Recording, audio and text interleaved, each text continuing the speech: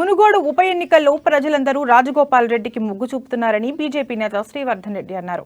స్థానిక సమస్యలకు ఎల్లప్పుడూ ప్రజలతో తోడుగా ఉండి వారి సమస్యలు నెరవేర్చి ఎల్లప్పుడూ అందుబాటులో ఉన్నాడని తెలిపారు. కేసీఆర్ కుట్రపూరిత ఆలోచన ప్రజలకు అర్థమైందంటున్నారు. కేవలం రాజగోపాల్ రెడ్డి మునుగోడు అభివృద్ధి కోసమే రాజీనామా చేశాడని, మునుగోడులో రాజగోపాల్ రెడ్డికి ఓటు వేసి గెలిపిస్తారంటున్న బీజేపీ నేత శ్రీవర్ధన్ రెడ్డితో మా Hyderabad bureau Pranay face to face.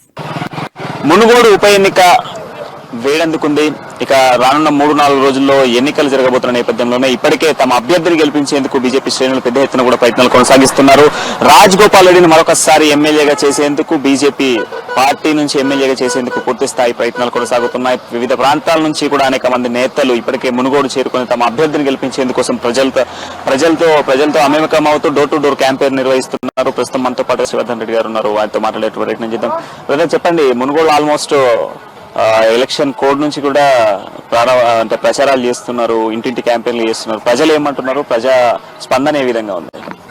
చాలా అద్భుతంగా ఉంది. మునుగోడు ఉప ఎన్నికల్లో రాజగోపాల్ రెడ్డి గారు భారీ మెజార్టీతో గెలవబోతా ఉన్నారు.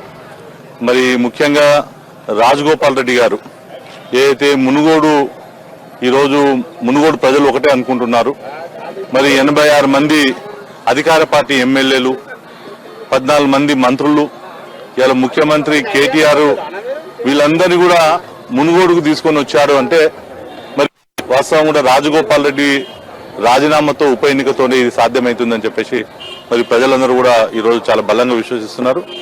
ముఖ్యంగా రాజగోపాల్ రెడ్డి గారు ఏదైతే రాజీనామా చేశారో ఈ విధంగా కూడా మా యొక్క మునుగోడు అభివృద్ధి గురించి, అదేవిధంగా ముఖ్యంగా తెలంగాణ యొక్క ఆత్మగౌరవం కోసమే ఈయన యొక్క ఎన్నికల్లో రాజీనామా చేసిందని చెప్పేసి ఇక్కడ ఉన్నటువంటి ప్రజలు, ఇక్కడ నల్గొండ ప్రజలు, మునుగోడు ప్రజలు చైతన్యంగా ఆలోచన చేస్తా ఉన్నారు. ఎందుకంటే మీరు చూస్తా ఉన్నారు, కేసీఆర్ గారు మరి రెండోసారి అధికారం ఇచ్చిన తర్వాత అధికారంలో అభివృద్ధి మీద మరి తన యొక్క దృష్టిని పెట్టకుండా కేవలం రాజకీయాల కోసం, కమిషన్ల కోసం మరి రాష్ట్ర ప్రజలందరినీ కూడా ఇబ్బంది పెడుతున్నటువంటి పరిస్థితి ఇలా ప్రజలందరూ కూడా గమనిస్తా ఉన్నారు. ధరణిని తీసుకొని వచ్చేసి ఇలా రైతులందరూ ఇబ్బంది పడతా ఉన్నారు. ఈరోజు ప్రతి నియోజకవర్గంలో 1,00,000 ఎకరాలకు నీళ్లు ఇస్తాని చెప్పి మరి ముఖ్యమంత్రి గారు ఏదైతే హామీ ఉందో, మరి ఈ నియోజకవర్గంలో ఆ రోజు వెంకటరెడ్డిగా ఉన్నటువంటి కోమటిరెడ్డి వెంకటరెడ్డి ఇక్కడ ఏదైతే ఒక రిజర్వాయర్ కట్టించారో దానికి సరైనటువంటి నిధులు అందించని కారణంగా మునుగోడులో ఈరోజు 1 ఎకరా కూడా నీళ్లు పారలేనటువంటి పరిస్థితి. అందుకోసం రాజగోపాల్ రెడ్డి గారు గెలవాలి. ఆయన గెలుస్తేనే మరి యొక్క అభివృద్ధి అవుతుంది, అదేవిధంగా తెలంగాణలో మార్పు వస్తుంది అని చెప్పేసి ఇలా మంచి భారీ మెజారిటీతో ఓటేసి గెలిపించడం కోసం ప్రజలందరూ అయితే సిద్ధంగా ఉన్నారు.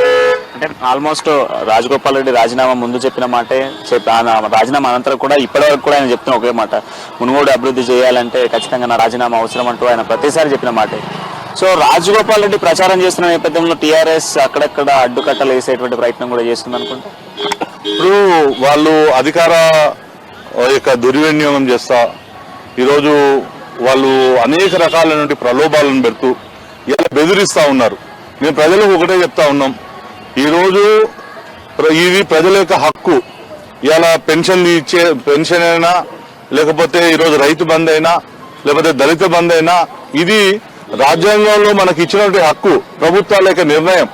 ఇవాళ ఉప ఎన్నికల్లో ఇంటింటికి పోయి బెదిరిస్తా ఉన్నారు టీఆర్ఎస్ వాళ్ళు. వీళ్ళ యొక్క బెదిరింపులకు ఈరోజు ఏ యొక్క మునుగోడు ప్రజలు భయపడడానికి సిద్ధంగా లేరు. ఇలా ఏదైతే ఈటల రాజేందర్ విషయంలో మరి ఆ రోజు హుజురాబాద్ లో కూడా ఈ విధంగానే బెదిరించినా కూడా అక్కడ ఓట్లు వేశారు, గెలిపించారు. ఎవరి కూడా రైతు బంధువుని తీసేయలేదు, మరి ఏవి తీసేయలేదు. ఇవాళ ఈ ఎన్నిక వచ్చింది కాబట్టి 57 ఏళ్లకు పెన్షన్ ఏదైతే ఉందో ఆ యొక్క 10 లక్షల మందికి ఇలా లబ్ధి చేకూరుతుంది. అది కేవలం రాజగోపాల్ రెడ్డి యొక్క ఎన్నిక కారణంగానే. అదేవిధంగా కొన్ని గ్రామాలకు రోడ్లు వచ్చినాయి.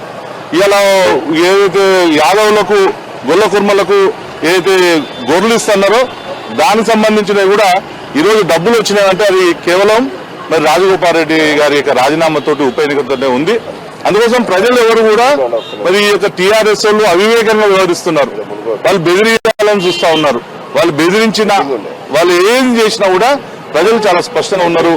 మరి వాళ్ళు డబ్బు ఇచ్చినా కూడా తీసుకొని ఈ యొక్క ఎన్నికల్లో మరి రాజగోపాల్ రెడ్డి కమలం పువ్వు ఓటు వేయాలని చెప్పేసి ఈ యొక్క మునుగోడు ప్రజలు విజ్ఞతతో అయితే ఉన్నారు. అంటే ఎమ్మెల్యేల కొనుగోలు విషయంలో ఏమైనా ప్రభావం మునుగోడుపై పడేటువంటి అవకాశాలు ఉన్నాయా? ఇది ఎమ్మెల్యేల యొక్క డ్రామా ఏదైతే ఉందో, కేసీఆర్ గారు ఆడినటువంటి చిల్లర డ్రామా ఏదైతే ఉందో, ఇవాళ రాష్ట్ర ప్రజలు నవ్వుకుంటా ఉన్నారు. రాష్ట్ర ప్రజలు ఒక ముఖ్య